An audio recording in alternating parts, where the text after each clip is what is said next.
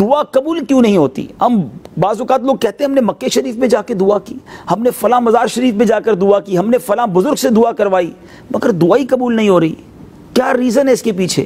آئیے میں آپ کو ریزن بتاتا ہوں۔ ون آف دا ریزن، بہت ساری اس کی وجوہات ہو سکتی ہے۔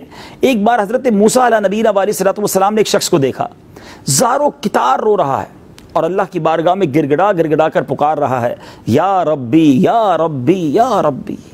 حضرت موسیٰ علیہ الصلوۃ والسلام کلیم اللہ ہے، آپ نے اللہ کی بارگاہ میں عرض کی، مولا کیا وجہ ہے تیرا بندہ تجھے پکار رہا ہے، اس کی دعا قبول نہیں ہو رہی؟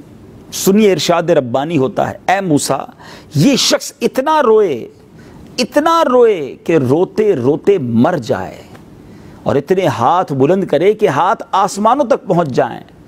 اے موسیٰ، میں نے اس کی دعا قبول نہیں کرنی۔ عرض کی، یا اللہ وجہ کیا ہے؟ ارشاد فرمایا گیا، اے موسیٰ، وجہ یہ ہے کہ جو یہ کھاتا ہے وہ حرام ہے، جو اس نے لباس پہنا ہے وہ حرام ہے، اس کے گھر میں جو مال ہے وہ حرام ہے۔ حرام کمانے والا کیسے دعاؤں کی قبولیت کی امید رکھے ہوئے ہے؟